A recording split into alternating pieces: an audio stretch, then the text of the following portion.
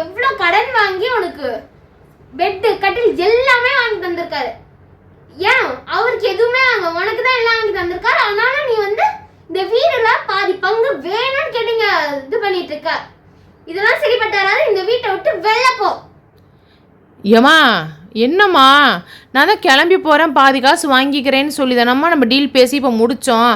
இது ஏமா இப்போ குறுக்க வந்து பேசுது? அதுக்கு தான் நான் சொன்னேன், நீ புரிஞ்சுக்கவே இல்லை. பாத்தியா எவ்வளோ வாய் பேசுது? இது மாதிரி நாளைக்கு உடனே பேசாதுன்னு என்னம்மா நிச்சயம்?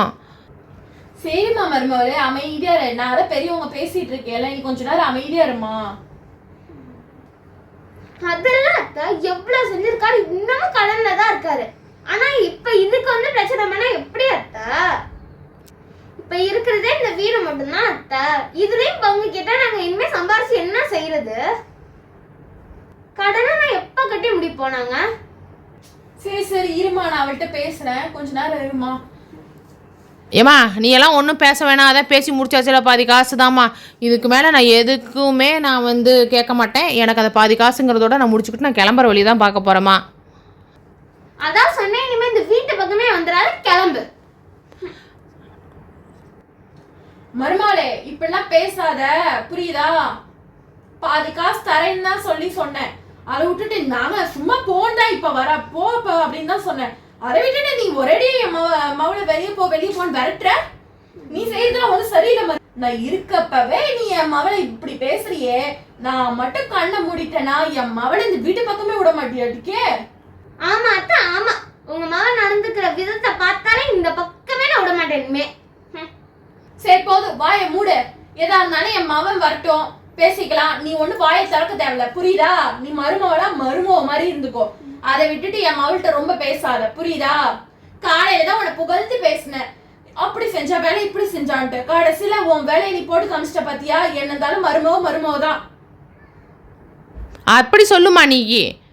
காலையிலேயே நான் சொன்னேன்னா இல்லையா, அவளுக்கு ரொம்ப இடம் கொடுத்து வச்சிருக்கிற, ஒரு நாளைக்கு அவள் உன்னை பேசுவா, அன்னைக்கு தான் உனக்கு தெரியும்னு காலையில் சொன்னேன். பார்த்துக்க, அதுக்குள்ளார பேசி பார்த்து ஏமா புரிஞ்சுக்கிட்டே எப்போ எப்பயாச்சும் நீ புரிஞ்சுக்கம்மா. என்றைக்கு இருந்தாலும் உன் மவதாம்மா உனக்கு என்றைக்குமே மாவன் வந்து மருமக பேச்சை கேட்டுக்கிட்டு தாம்மா நடந்துக்குவாங்க. அதை நீ புரிஞ்சு நடந்துக்கோமா. போதும் நிறுத்த. நீயும் அவளை குறை பேசிக்கிட்டே இருக்காத. நீயும் பணத்தை வாங்கிட்ட உடனே உங்க மாமியார் வீட்டுக்கு ஓடணும்னு தானே பார்த்த. நீயும் சரியாந்திர ஆளுதான், நீ அவளை பேசாத.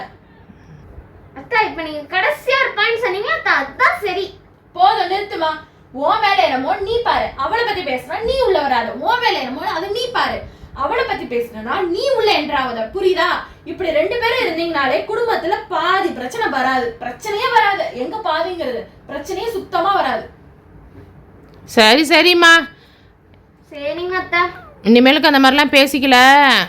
ஆனால் ஒன்று, அந்த பாதி காசை மறந்துடாதம்மா ப்ளீஸ்மா. எங்கள் மாமியார் வீட்டில் வேறு நான் சவுடாலாக பேசிட்டு வந்திருக்கிறேன். எங்கள் அம்மா எனக்கு வந்து பாதி காசு இந்த வீட்டில் இது பண்ணி தருவாங்கன்னெலாம் வேறு சவுடாலாக விட்ருக்கேன். எங்கள் ஓப்படி ஆளுங்கள்ட்டெல்லாம் நல்லா நான் சொல்லிட்டு வந்திருக்கிறேன். எங்கள் அம்மா நகை போட்டது இல்லாமல் எனக்கு இந்த வீட்லேயும் பங்கு தரும், நாங்களாம் பெரிய பணக்காரங்கன்னு நான் ரொம்ப பில்டப் பண்ணிட்டு வந்திருக்கேம்மா. அதுக்கு தான்மா ப்ளீஸ்மா, அதில் உள்ள பாதி காசை எனக்கு எப்படியாச்சும் வாங்கி கொடுமா. அப்போ நான் வாங்கிட்டு தான் நான் இங்கேருந்து போவேன். அப்போ தான் கெத்தாக இருக்கும். ஆமா, இங்க வந்து இங்க சொத்து வித்து கொடுக்குறோம், நீ வாங்கிட்டு போய் அங்க உட்காந்துக்க. அது உனக்கு கெத்தா இருக்கலாம், ஆனா அது கெத்து கிடையாதுமா. உன் புருஷன் சம்பாரிச்சு அதுல நீ வீடு கட்டி அதுல வாழ்ற பத்தியா, அதுதாம்மா கெத்து.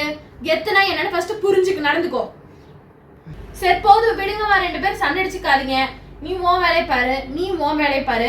ரெண்டு பேரும் அவங்கவுங்க வேலையை பாருங்க, அவ்வளவுதான். இப்ப பையன் வந்துருவான் சாப்பிடறதுக்கு. நீங்க இப்படி ரெண்டு பேரும் அடிச்சுக்கிட்டு இருந்தீங்கன்னா அவனுக்கு சாப்பாடே உள்ள இறங்காது. பாவம் அவனும் கஷ்டப்பட்டு வேலை பார்த்துட்டு வரான். நிம்மதியா சாப்பாடு கூட சாப்பிட விடாம பண்ணிவிடாதீங்க. அவன் சாப்பிடணும். ஸோ அமைதியா இருங்க. இங்க சண்டை நடந்த மாதிரி காமிச்சு கூடாது. காமிச்சிங்க ரெண்டு பேருக்கும் அவ்வளவுதான். இதான் லாஸ்ட் வார்னிங், புரியுதா? புரியுதா அத்தா, நான் பேசி ரெடி பண்றேன் எல்லாமே. போ, உனக்கும் அதான் புரியுதா? புரியுது சரிம்மா, நானும் போகிறேன். அம்மா நான் போகிறேன், ஆனால் அந்த காசை மறந்துடாத. போறியாலே என்கிட்ட. சரி போகிறேன். கத்தாத, வள்ளுன்னு குழப்ப.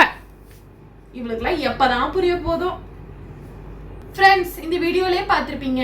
ஒரு சைடு மருமவ, இன்னொரு சைடு மக, ரெண்டு பேரும் அடிச்சுக்கிறாங்க. சென்டர்ல மாமியார் அம்மாங்கிற ரெண்டு ஸ்தானத்தையும் பெற்ற ஒரே ஆளு நான் தான். அப்ப இங்கிட்டும் பேச முடியாம இங்கிட்டும் பேச முடியாம ஈக்குவலா பேசி ஆவா டயர்ட் ஆயிடுச்சு. இந்த மாதிரி எல்லாம் யார் தான் சமாளிக்கிறாங்களோ அவங்க ரொம்ப பாவம் ஃப்ரெண்ட்ஸ். ஓகே ஃப்ரெண்ட்ஸ், உங்களுக்கு இந்த வீடியோ பிடிச்சிருந்தா லைக் பண்ணுங்க, ஷேர் பண்ணுங்க, கமெண்ட் கமெண்ட் பண்ணுங்க, மறக்காம சப்ஸ்கிரைப் பண்ணிட்டு அந்த பெல் ஐகானையும் தட்டி விட்டுடுங்க. Thanks for watching this video friends. Bye by.